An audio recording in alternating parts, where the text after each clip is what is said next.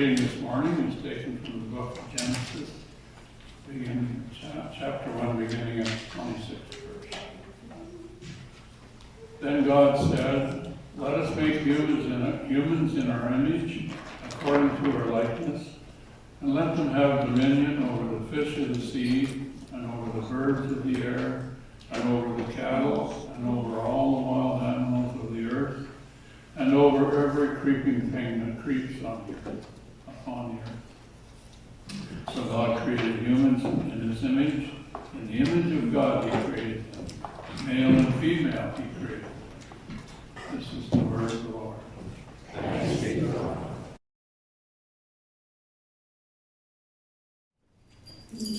Holy Mother, we thank you for the gift of your word. And as we reflect on these things, open our hearts and our minds to your view. Amen. Please be seated.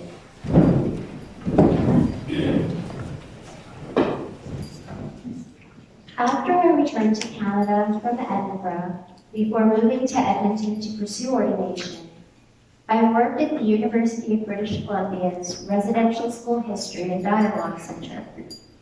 The center was created to help people learn about the history and ongoing legacy of residential schools in Western Canada. My role was to gather materials from the United Church of Canada archives, scanning images and creating records about the church-run schools. I worked alongside many UBC students, and one afternoon, a student asked me what I hoped to do once my contract ended. When I said I was preparing for ordination in the Anglican Church, she looked at me and asked, "How can you be part of a church that caused so much harm to Indigenous peoples?" It was a hard but honest question, and I answered honestly too.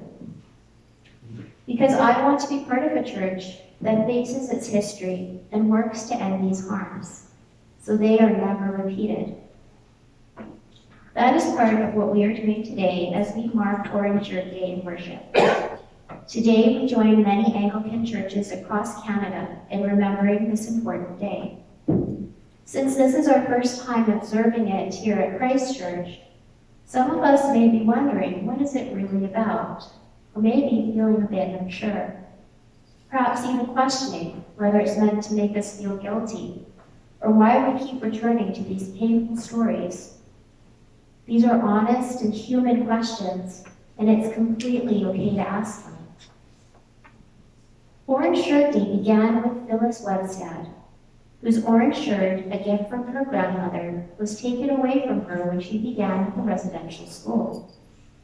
It is an Indigenous-led day of remembrance for the children who never came home, the survivors who live with its impact, and the families and communities still healing from its intergenerational effects. Today isn't about guilt or shame. It's about remembering that every child matters, every person matters, every human life matters. It's a call to honor that truth and to carry it with us so that healing can grow and hope can take root in us and in our world. This is why we read from Genesis 1:26. In this verse, God says, "Let us make humankind in our image, according to our likeness."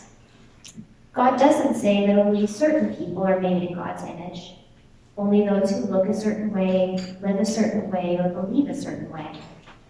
God says all of humankind is made in God's image, which means every single person reflects the divine. And this truth must shape how we live. It won't erase the struggles of being human, the conflicts, the hurts, or the ways we fail one another. But it does remind us that every person is to be treated with the dignity and respect that belongs to them as an image bearer of God. And living this way is where hope begins. When we look at Canada's history, we see many moments when the dignity of others was ignored. Not only Indigenous peoples, but also women, people of different cultures, faiths, genders, and sexual orientations. Too often, faith, politics, or power were used as excuses to harm and to forget the divine image in every human being. And today we are being called to say never again will we allow our church to ignore the worth of any child, any person, or any community? Marking Orange Shirt Day is more than remembering past harm. It is a commitment to truth, to honor the divine image in every person, and to live so that such harm is never repeated or allowed to continue. And we do this not only for ourselves, but also for our young people. Children and youth today are learning the truth of Canada's history, including its painful chapters. They know things many of us never learned in school, and they are watching how we, the church, respond.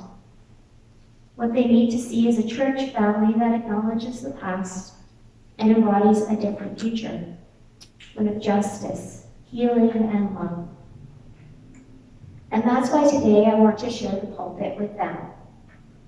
At our last youth group, I asked the youth to reflect on Orange Shirt Day and why it matters. I recorded their thoughts and created a video to bring their voices together. So as you will see, they know the truth of the past, and they call us to help ensure that these harms are never repeated. Today we are listening to the voices of our youth who have reflected on why Orange Shirt Day matters and what it calls us to do. Their reflections invite us to hear the truth of the past and to consider how we can live differently, honoring every person.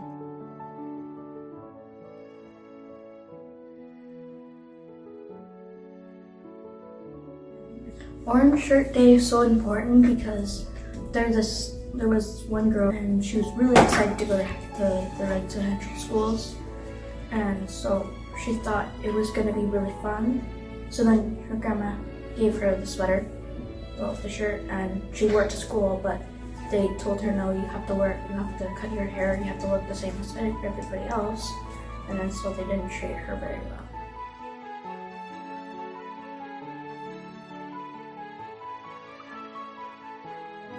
Because we need to mourn the people's deaths.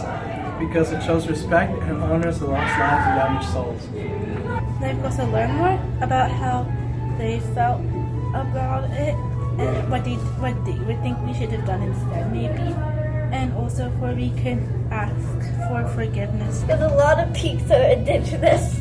It is part of our history, as the Anglican Church most definitely played a part in the suffering children who had nothing to do with it had to go through, whether we want to acknowledge that or not. So it is important that we remember that it is one of our collective sins that we need to be asking forgiveness for. It's a way to acknowledge the history of residential schools and the harm they caused. Because those Indigenous children were forced into Christianity, and for us to recognize now that that wasn't okay. And to show that we feel remorse for what happened in the past.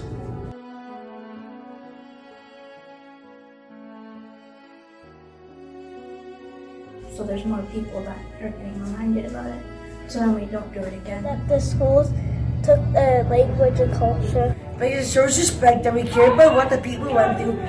Because we should pay respect to the kids that went and lost their family and died. Maybe we forget and misunderstand, but how we should talk to other people about God and do it again. The people who went through it can be remembered. So we don't forget what happened and to be grateful for the stuff we have. It helps us understand the historic context and the impact these schools had on Indigenous communities. That it doesn't happen again. And to respect the children that died. We don't repeat the atrocities that were committed. Our youth have spoken with honesty and care, reminding us that the work of remembering is also a call to act. May their voices inspire us to walk in justice and love, and to honor every child and every person as made in God's image.